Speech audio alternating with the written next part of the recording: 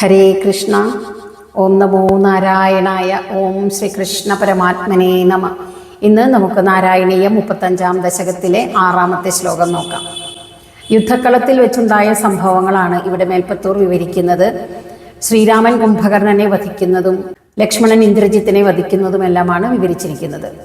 സൗമിത്രിഹി തു അത്ര ശക്തി പ്രഹൃതി ഗളദസുഹു വാദജ ആനീത ശൈലഘ്രാണാത് പ്രാണാൻ ഉപേദഃ വ്യഗൃണുത കുസൃതി ശ്ലാഘിനം മേഘനാഥം മായാക്ഷോഭേഷു വൈഭീഷണ വചനഹൃദസ്തംഭനഃ കുംഭകർണം സംപ്രാപ്തം കമ്പിതം ഉർവീതലം അഖില ചമൂഭക്ഷിണം വെക്ഷിണോഃ ത്വം സൗമിത്രിസ്ത്വത്ര ശക്തി പ്രഹൃതിഗളദസു വാദജാനീത ശൈലഘ്രാണാത് പ്രാണാനുപേദോ വ്യഗൃണുത കുസൃതി ശ്ലാഘിനം മേഘനാഥം മായാക്ഷോഭേഷു വൈഭീഷണ വചനഹൃദസ്തംഭന കുംഭകർണം സംപ്രാപ്തം കമ്പിതോർവീതലമഖില ചമോഭക്ഷിണം വെക്ഷിണോസ്ത്വം. അത്ര ശക്തി പ്രഹൃതി ഗളദസുഹു.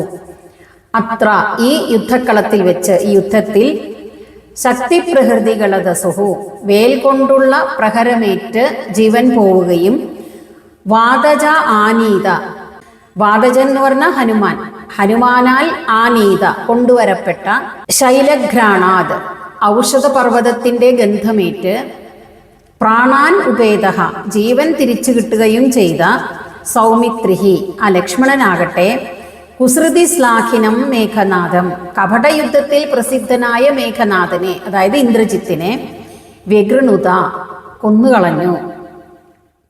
മായാക്ഷോഭേഷു രാക്ഷസമായകൾ നിമിത്തം മനക്ലേശമുണ്ടായപ്പോൾ വൈഭീഷണ വചനഹൃദ സ്തംഭനഃ വിഭീഷണന്റെ വാക്കുകൊണ്ട് ആശ്വാസം ലഭിച്ച ത്വം അല്ലയോ ഭഗവാനെ, അവിടുന്ന് കമ്പിതോർവീതലം സംപ്രാപ്തം ഭൂമി കുലുക്കി വന്ന് അഖില ചമൂഭക്ഷിണം സൈന്യങ്ങളെയെല്ലാം വാരിത്തിന്നുന്ന കുംഭകർണം വെക്ഷിണോഹോ കുംഭകർണനെയും കൊന്നുകളഞ്ഞു.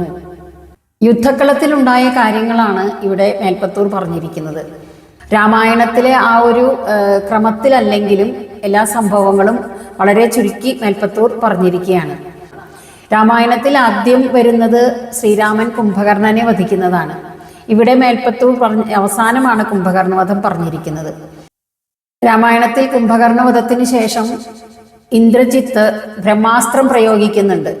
അങ്ങനെ ആ ബ്രഹ്മാസ്ത്ര പ്രയോഗത്തിൽ രാമലക്ഷ്മണന്മാർ ബോധം കെട്ട് വീഴുന്നു. അങ്ങനെ ജാംബവാന്റെ നിർദ്ദേശപ്രകാരമാണ് ഹനുമാൻ വിശല്യകരണി, സന്ധാനകരണി, മൃതസഞ്ജീവനി, സവർണകരണി തുടങ്ങിയ ഔഷധ സസ്യങ്ങൾ കൊണ്ടുവരുന്നതിനായി പോകുന്നത്. അങ്ങനെ ഔഷധ സസ്യങ്ങൾ ഏതാണെന്ന് തിരിച്ചറിയാത്തത് കൊണ്ട് ഹനുമാൻ ഔഷധ പർവ്വതം തന്നെ എടുത്തുകൊണ്ടുവരികയാണ്. അങ്ങനെയാണ് രാമലക്ഷ്മണന്മാർക്ക് ബോധം തിരിച്ചു കിട്ടുന്നത്. രാക്ഷസമായകൾ നിമിത്തം മനക്ലേശം ഉണ്ടായി എന്ന് പറയുന്നുണ്ട്. ഇന്ദ്രജിത്ത് വാനരന്മാരെ പറ്റിക്കുന്നതിന് വേണ്ടി മായാസീതയെ യുദ്ധക്കളത്തിലേക്ക് കൊണ്ടുവന്ന് അവരുടെ മുന്നിൽ വെച്ച് തന്നെ ആ സീതയെ വധിക്കുന്നുണ്ട്. അതാണ് ഇവിടെ മായാപ്രയോഗം എന്ന് പറഞ്ഞിരിക്കുന്നത്. അത് ഈ വിവരം അറിഞ്ഞിട്ട് ശ്രീരാമൻ വളരെയധികം മനക്ലേശം അനുഭവിക്കുന്നുണ്ട്. അപ്പോൾ വിഭീഷണനാണ് ശ്രീരാമനെ ആശ്വസിപ്പിക്കുന്നത്. സീതാദേവിയെ ആർക്കാണ് കൊല്ലാൻ കഴിയുക, ഇതെല്ലാം രാക്ഷസന്മാരുടെ മായാപ്രയോഗങ്ങളാണ് എന്ന് പറഞ്ഞാണ് ആശ്വസിപ്പിക്കുന്നത്. അതിനുശേഷമാണ് ലക്ഷ്മണൻ ഇന്ദ്രജിത്തിനെ വധിക്കുന്നത്. പിന്നീട് രാവണൻ തന്നെ യുദ്ധത്തിന് പുറപ്പെടുകയാണ്. അങ്ങനെ രാവണൻ നേരിട്ട് വന്ന് യുദ്ധം ചെയ്യുന്ന സമയത്താണ് രാവണന്റെ ശക്തിവേലേറ്റ് ലക്ഷ്മണൻ വീണ്ടും മൃതപ്രായനായി വീഴുന്നത്. ആ സമയത്ത് സുഷേണൻ എന്ന വൈദ്യൻ കൽപ്പിച്ചത് പ്രകാരം വിശല്യകരണി കൊണ്ടുവരാനായിട്ട് ഹനുമാൻ വീണ്ടും പർവ്വതം എടുത്തുകൊണ്ടുവരുന്നുണ്ട്. അപ്പൊ ആദ്യം പർവ്വതം എടുത്ത് അത് കഴിഞ്ഞ് അത് തിരിച്ച് അതേ സ്ഥാനത്ത് കൊണ്ടുപോയി വെക്കുന്നു. അതിനുശേഷം വീണ്ടും ലക്ഷ്മണന് വേണ്ടി വിശല്യകരണി വേണ്ടി വന്നപ്പോൾ ഹനുമാൻ വീണ്ടും പോയി പർവ്വതം എടുത്തുകൊണ്ടുവരുന്നു. അങ്ങനെ ലക്ഷ്മണന് ബോധം വീണ്ടും കിട്ടുന്നു. ഇങ്ങനെയെല്ലാമാണ് രാമായണത്തിലെ ആ കഥകളുടെ ഒരു ക്രമം വരുന്നത്. എന്തായാലും സംഭവങ്ങളുടെ ക്രമത്തിന് വ്യത്യാസമുണ്ടെങ്കിലും യുദ്ധക്കളത്തിലുള്ള പ്രധാനപ്പെട്ട സംഭവങ്ങളെല്ലാം മേൽപ്പത്തൂർ വളരെ ചുരുക്കി ഈ ശ്ലോകത്തിൽ പറഞ്ഞിട്ടുണ്ട്. സൗമിത്രിസ്തോത്ര ശക്തി പ്രഹൃതികളദസു വാതജാനീത ശൈലഘ്രാണാത് പ്രാണാനുവേദോ വ്യഗൃണുത കുസൃതി ശ്ലാഘിനം മേഘനാദം മായാക്ഷോഭേഷു വൈഭീഷണ വചനഹൃതസ്തംഭന കുംഭകർണം സംപ്രാപ്തം കമ്പിതോർവീതലമഖില ചമോഭക്ഷിണം വെക്ഷിണോസ്ത്വം.